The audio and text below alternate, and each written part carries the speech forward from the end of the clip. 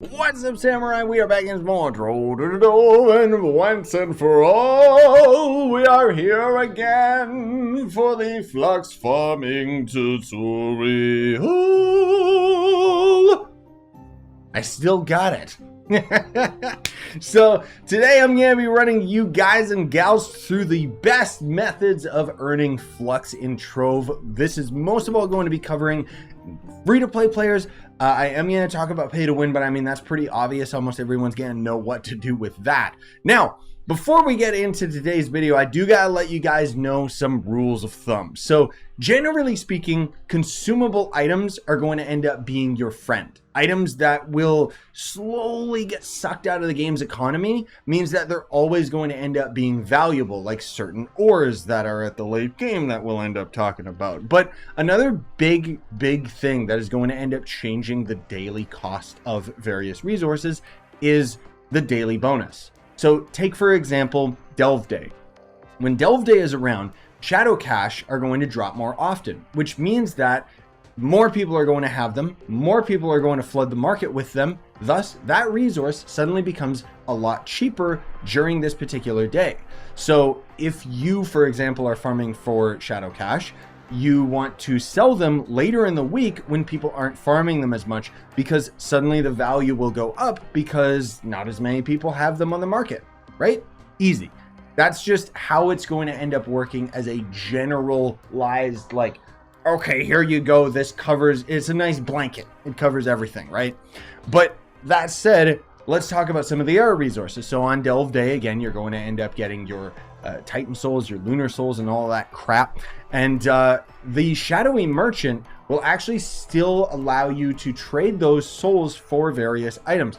More particularly, I'm talking about Titan's Treasures, because Titan's Treasures are going to end up being a decent valued item that you can either unbox these for a chance of getting some Flux, or you could just sell them on the market for a guaranteed amount of Flux.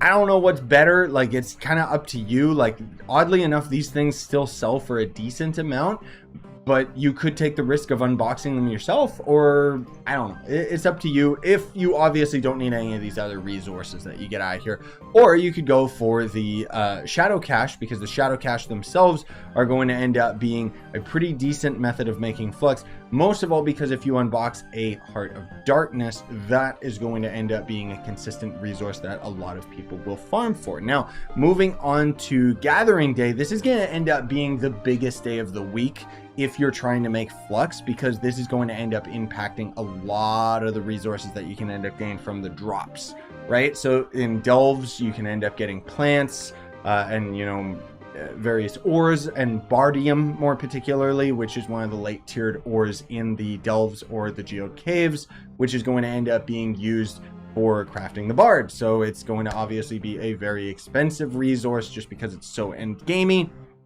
Fishing is also going to end up being affected by Gathering Day, and Fish at 2.0 ended up coming on the game more recently. And let me tell you, people are paying out the yin-yang for a lot of these super rare fish. Now, the thing is, a lot of the super rare legendary fish that you can end up getting, unfortunately, are not tradable on the market. You can't list them. So you're going to have to rely on using trade chat and actually talking with people and then using a trading post. It's a very tedious system that unfortunately is just what you got to do, because that's just how fishing is. Now, out of fishing, there is also going to end up being this new super duper rare tome that you can get, which if you can manage to get it, it sells for a crap ton. In order to get this tome, as far as I know, you have to have the Murkwater fishing pole. Yeah, okay, so it is the Murkwater mark, so that you can end up getting the depths items. There's like a bunch of different items on top of just being able to fish out the tome, which obviously you want to try and get that on Gathering Day just because your odds are going to end up being a lot better. Other resources include like sunlight bulbs, which is something that people are always going to use in gardening. Gardening in general, I cannot in good conscience recommend that you go the route of gardening to specifically sell those resources. However, sometimes events come around that require resources out of gardening and lots of people, myself included, are too lazy to bother gathering the plants up ourselves because gardening 2.0 is just such a time-gated, tedious system. And so if you end up saving up some of that gardening stuff, you could probably end up selling it for a pretty significant profit when the event ends up actually coming out that does need those resources. And they're few and far between, but they do show up every now and then, so it is important to keep that in mind. You can also gather Glim like crazy, or more particularly on Gathering Day, buy Glim, because there's quite a few ways that you can turn Glim into a profit. So in the Drowned Worlds and Treasure Isle biomes, you'll end up finding these NPC shop ships that show up sometimes. They sell random things. You can end up getting an ally box, and if you can unbox a Raptor Berserker, that will end up usually turning a profit, even if you end up using a bunch of Glim. Usually it's a very safe bet that you can buy all the Glim, get a Raptor Berserker, sell it, and get all of your Flux back. Usually. Otherwise, there are sales you can buy from those NPCs, and sometimes those will end up selling for a profit as well. Another weirder, more obscure thing to grind is Bomber Royale, which, as far as I know, doesn't actually have its own day anymore. But Bomber Royale, as far as I know, still drops the PvP boxes every now and then, and you can sell those to players because people do kind of need them, even though nobody really farms PvP. So I don't know if that's still relevant information. Neon scrap cases will end up dropping from neon enemies. I don't know if that's affected by Gathering Day or Adventure Day. Yeah, I don't know if that's affected. Probably Gathering Day, right? But anyways, the neon caches are going to end up being a decent resource to sell. Not only can you unbox Plasmium and Robotic Salvage, which is going to always end up being a decent value item, but sometimes you'll end up getting the NPCs and Luminopolis will have a quest, Gather Plasmium. You just unbox the Plasmium and then it completes the quest super duper easy, so you can kind of exploit. It's not really an exploit, but you can get those quests done really quickly. And so that's one of the reasons why those cash are still kind of valuable. I mean, a lot of players have kind of moved on from Luminopolis and Rampages and so on and so forth. But the biggest thing that you're going to be getting out of Gathering Day is going to be ore. So obviously ore in general you can always sell, but more particularly there's the end game ore of Nitro. So Nitro is going to end up being exclusive to the geode surface, whether it's U8, U9, or U10. Or U11 nowadays. And there's going to be 3 different biomes in here, or 3 different colored biomes, right?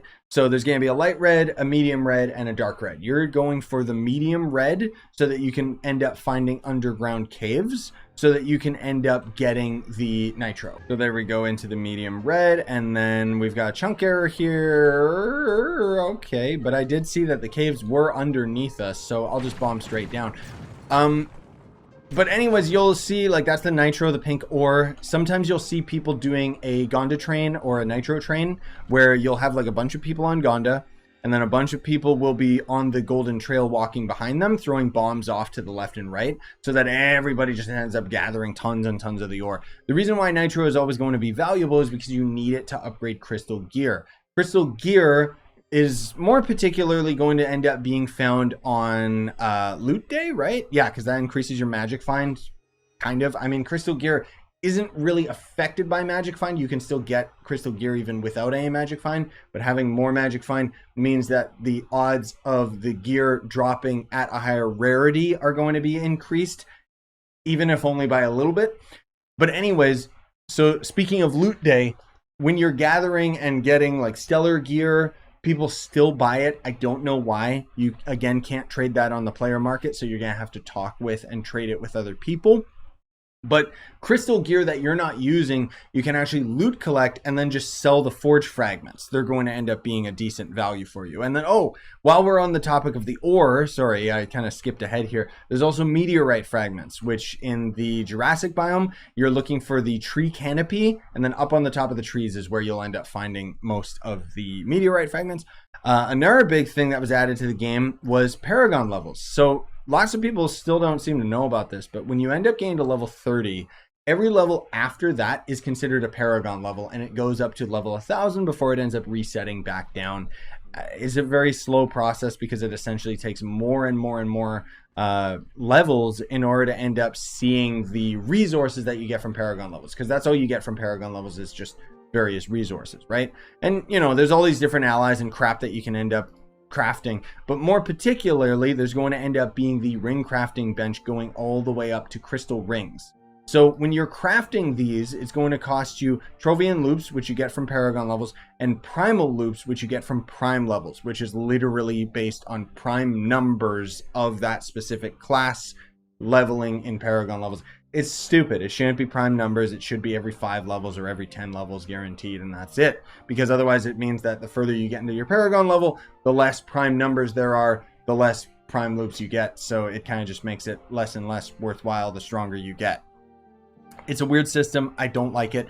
But anyways, when you end up crafting any of these boxes, there is very rare chance of having them craft at a higher tier. And even when you're crafting these bad boys right here, there is a very rare chance that you can get a gold gilded box, which will end up being a guaranteed Crystal 4 ring. So I'm not necessarily saying that you should try to go for that. I'm just saying that all of these in general are going to be very, very expensive and very, very valuable, and you can just sell the crystal ring boxes on the player market, which is great. Now, a couple other things to keep in mind is the legendary tomes and then just the common tomes are going to end up making a bit of a difference for your flux, because some of these resources you can trade. More particularly, I usually just use cybernetics whenever I get all my weekly tomes done. I don't do it often, but cybernetics, last I checked, was the most valuable resource out of the garbage tomes. Ashfern Sporling was a decent enough resource, but it ended up going really, really down in price very quickly, because there's also going to end up being the newest biome in the game, which is the Sundered Uplands. Obviously, this is going to end up having pretty much the exact same, the exact same theory behind it as with the delves. So I didn't end up talking about this aspect of the delves, but delves will end up having very rare bosses spawn, and sometimes you can actually end up crafting the portal that will have that specific boss spawn for a random amount of times. It can spawn like right away, or it could spawn like never again. It's stupid how it works, but essentially defeating those bosses, there's a very rare chance of getting them as a mount, or getting rare mounts from the delves, and Sundered Uplands is no exception. So Sundered Uplands is not only going to end up having its own gathered resources that are going to end up having different resources up here on the surface and different resources down here below, but also certain enemies, and more particularly certain bosses of the new 5-star dungeons, will end up dropping some super duper rare resources. More particularly, there's going to be the trophy head of some of the bosses is going to be extremely valuable, because it's actually going to be required in order to craft some of these various mounts. But you can also very, very, very, very rarely get tradable versions of these mounts as well. Now, the trick is that in order to get a tradable version of the mount, you have to use one of these keys on the main 5-star chest that shows up after you defeat the main boss. However, for the trophies, I'm pretty sure that just drops off of the boss and you don't need to open the box or anything. Now, lastly, another resource that a lot of endgamers are always going to end up using is bombs. And last I checked, you can actually buy the resources to craft bombs and then sell those bombs for a very small profit. And I mean very, very small. But it is still Flux coming out of nowhere. And then lastly, the most profitable method for making Flux free to play is market flipping, which I do not know how to do other than just giving you guys the core concept of it. So let's say you're trying to flip Shapestone. It means that you're going to put Shapestone at a value that you want people to buy it at, and you have to have enough Flux to buy all the Shapestone that's cheaper than yours. So you're essentially forcing the market up. And you have to keep in mind, again, what the daily trend is, because on Gathering Day in particular, Shapestone's going to be cheap as nails, and it's going to be really, really difficult for you to force the market up, because everybody's going to be gathering Shapestone that day, you know, just as a prime example. And then lastly, of course, if you are cash shot pay to win, your best method of making Flux is going to end up being credit pouches. Now, one thing that I do got to mention is, even if you are intending to buy credit pouches and sell them, I'd say hold off if you can, because usually within the first 3 to 4 months of the year, GameAgo has been doing a really, really good job having some of the biggest updates Trove has ever had, namely adding new classes. And every time a new class gets added to the game, Flux or credit pouches, sorry, will spike up in price because everybody wants to buy the new class, right? So seeing these credit pouches at 2.6 mil, that might seem like a lot for console players,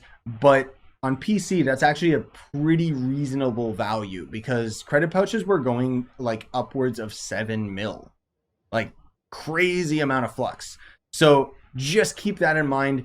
If you can hold off on selling your credit pouches, you could probably see a much bigger profit because we know there's an update coming, even if we don't know what it is. You know, unfortunately, that's just how Trove is, right? The devs never talk about anything or get hype around anything. They just, hey, here's the new update. And it's like, okay. But anyways, that's going to do it for me. If there was anything else that I left out of today's video that you think is worth mentioning, you can always leave a comment down below. But otherwise, smash like, sub for more, buy the merch you want to support the channel, and have a wonderful day, everybody.